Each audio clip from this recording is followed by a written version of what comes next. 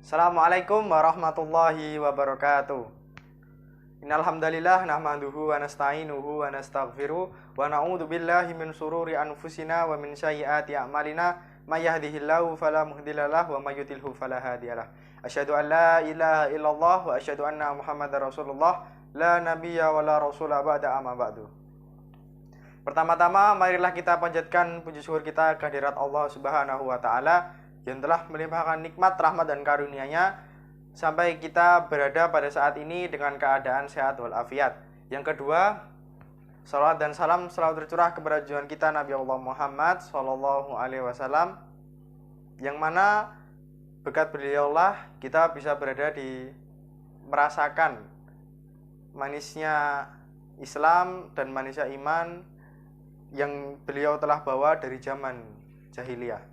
Nah, pada sebelumnya, perkenalkan nama saya Haji Amin Fadli Robi, kelas 5 MIA 2, absen 12. Kali ini saya akan mempresentasikan hasil karya tulis ilmiah saya yang berjudul Menganalisis dan Manfaat pH Air bagi Manusia dan Tumbuhan. Nah, langsung saja. Mengapa saya mengambil judul ini? Yaitu dengan latar belakang Allah Subhanahu wa taala telah memberikan kita nikmat, rahmat dan karunia-Nya kepada makhluk hidup. Tidak hanya manusia tapi makhluk hidup juga. Contohnya adalah salah satunya air. Air adalah suatu sumber peran penting bagi kehidupan manusia dan tumbuhan. Berkat air juga kita bisa melakukan banyak hal. Contohnya, kita menggunakan air untuk mencuci, menggunakan air untuk mandi, dan lain-lain. Tapi yang paling pokoknya adalah air itu digunakan untuk kita konsumsi sehari-hari. Ada juga kegunaan air semenjak perkembangan teknologi sampai saat ini, air juga bisa kita gunakan untuk pembangkit listrik tenaga air. Air adalah salah satu unsur yang memiliki peran penting dalam setiap makhluk yang hidup di muka bumi ini. Nah, untuk kita sebagai makhluk hidup adalah bagaimana cara kita memanfaatkan air tersebut dengan baik dan benar. Yang kedua, latar belakang saya mengambil judul ini, peneliti akan menganalisis lebih dalam tentang manfaat pH air bagi manusia. Karena menganalisis pH air bagi manusia itu adalah yang paling pokok dari fungsi atau kegunaan air tersebut. Karena air itu adalah meliputi 76% yang kita rasakan di dalam tubuh ini. Dan di muka bumi ini, air adalah sebagian besar dari daratan. Nah, selain itu, peneliti kali ini akan menjelaskan bagaimana cara menganalisis atau membedakan kadar air bagi manusia. Karena banyak yang berada di pasaran itu, banyak air-air yang berada di pasaran untuk dikonsumsi, tapi kita tidak tahu apa yang berada dalam air tersebut. Langsung saja. Yang kedua, rumusan masalah. Kali ini saya sudah membuat poin-poin penting dalam menganalisis pH air pada saat ini. Yang pertama adalah berapa kadar air yang berada di pasaran pada saat ini. Dari sekian banyak air yang kita konsumsi, dari sekian banyak jenis-jenis air yang berada di pasaran, mulai dari Fit, Aqua, Ades, dan lain-lain. Apakah itu sebenarnya bisa dikonsumsi untuk manusia, apakah tidak? Dan apakah pH air itu semuanya bisa dikonsumsi? Apakah hanya pH ini yang bisa kita manfaatkan? Apakah ada beberapa pH yang tidak bisa kita minum? Poin yang kedua adalah apakah penambahan betadin dalam air dapat digunakan untuk membedakan kadar air. Nah, kali ini saya akan memaparkan apakah benar betadine itu bisa digunakan untuk membedakan kadar air yang berada dalam air. Poin yang ketiga adalah apa kegunaan manfaat pH air bagi tumbuhan dan manusia. Nah, setelah kita analisis, apakah pH air tersebut cocok, apa pH air tersebut bisa kita konsumsi, apakah pH air tersebut bisa kita manfaatkan untuk kita gunakan. Nah, langsung saja tujuan penelitian. Tujuan penelitian pada kali ini adalah yang pertama, mengetahui kadar pH yang berada di pasaran. Tujuannya adalah itu. Yang kedua, mengetahui pengaruh dan penambahan betadine. Yang ketiga, mengetahui manfaat dari kandungan dari pH air. Yang terakhir, dari bab pertama adalah manfaat bagi peneliti. Manfaat bagi peneliti adalah sarana untuk mengasah kemampuan saya dalam bidang analisis ilmiah. Apakah bisa dipergunakan atau bisa menjadi bahan penambah wawasan dan pemahaman bagi manusia, bagi manusia dan lain-lain. Yang kedua, meningkatkan kemampuan dalam berpikir dalam menambah wawasan saya dalam membuat karangan karya tulis ilmiah ini. Dari karya tulis ilmiah ini saya akan banyak belajar dari praktek-praktek dan analisis dalam membedakan pH air. Yang ketiga, menambah pengalaman dalam berkarya tulis ilmiah. Karena tidak hanya kita praktek, tetapi kita harus dalam karya tulis ilmiah ini peneliti akan membuat atau mendata dari hasil karya tulis ilmiah tersebut menjadi satu agar mudah dipahami. Yang kedua adalah bagi madrasah atau perpustakaan. Bagi madrasah dan perpustakaan, dari hasil karya tulis ilmiah saya adalah menambah pemahaman dan wawasan tentang ilmu pengetahuan sekaligus menambah bahan bacaan yang berada di perpustakaan. Yang ketiga adalah bagi masyarakat. Bagi masyarakat dapat mengetahui kadar pH yang berada di pasaran pada saat ini. Apakah pH tersebut bisa kita konsumsi, apakah tidak? Apakah pH tersebut baik untuk kita konsumsi atau tidak?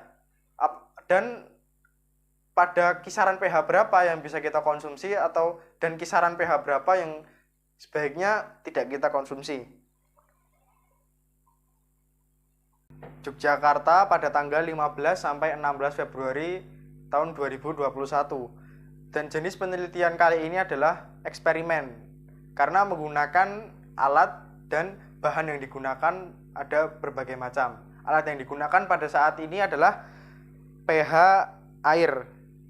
pH air yang akan membedakan jenis kadar pH yang berada dalam air tersebut. Dalam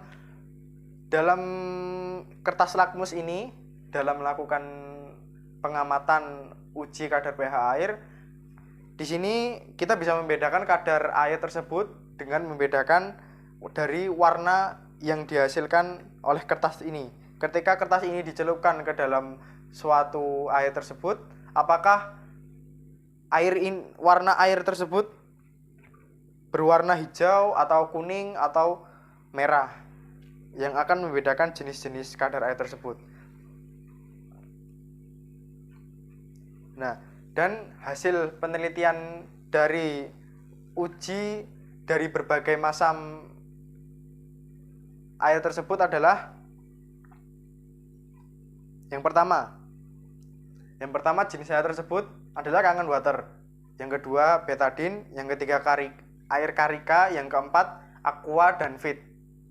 Dari hasil pembahasan karya tulis ilmiah di atas bisa disimpulkan bahwa Kangen Water itu memiliki kadar pH 9. Dalam kertas lakmus ini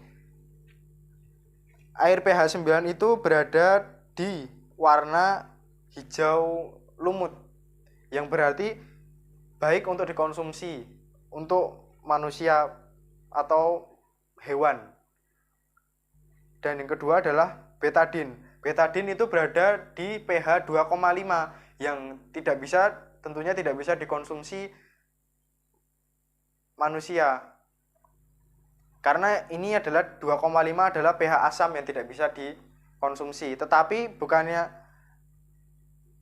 tidak juga betadine dengan pH 2,5 tidak bisa dimanfaatkan oleh manusia. pH 2,5 ini bisa dimanfaatkan sebagai obat luka karena dengan betadine ini bisa digunakan untuk mengobati luka karena dengan cairan ini kulit-kulit yang telah mati akan terangkat. Yang ketiga adalah air karika. Air karika ini adalah biasanya bisa kita temui dan bisa dikonsumsi banyak orang. Tetapi air karika ini berada dalam kadar pH 4 yang bisa kita konsumsi tetapi tidak untuk terus-menerus karena di dalam air tersebut terdapat bahan pengawet yang banyak yang kita sebutkan bahwa pengawet itu emang tidak baik untuk dikonsumsi terus-menerus karena akan menumpuk penyakit pada kita. Yang keempat adalah aqua. Aqua berada dalam kisaran pH 5 sampai 6 dan fit pun sama 5 sampai 6. Ini adalah salah dua dari berbagai jenis air yang berada dalam pasaran yang berada di sekitar kita pada saat ini. Ini juga bagus karena kisaran pH air yang baik untuk dikonsumsi, baik untuk diminum manusia adalah kisaran pH 6,5 sampai seterusnya. Yang sering kita jumpai adalah seperti aqua, fit, kangen water, dan yang paling baik yang kita temui adalah air zam-zam. Langsung saja kesimpulan dari penelitian yang setelah saya analisis adalah berdasarkan hasil penelitian tersebut saya mengidentifikasi bahwasannya air yang berada di pasaran itu berbeda-beda kadar pH-nya. Ada yang baik, ada yang bisa kita minum tapi tidak terus-menerus, dan ada juga air yang tidak bisa kita konsumsi tapi bisa kita manfaatkan untuk keperluan yang lain. Nah, saran saya untuk yang lain yang untuk menambah wawasan kita adalah yang pertama, perlu adanya pengembangan dalam penelitian ini.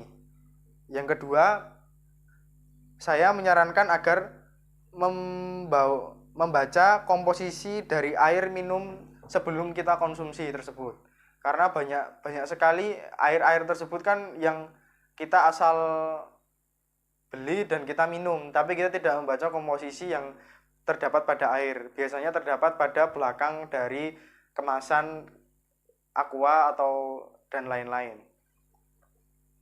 Karena kita tidak tahu kadar air tersebut. Bisa kita mungkin setelah membaca hasil karya tulis ilmiah saya bisa lebih memahami untuk membaca komposisi yang berada dalam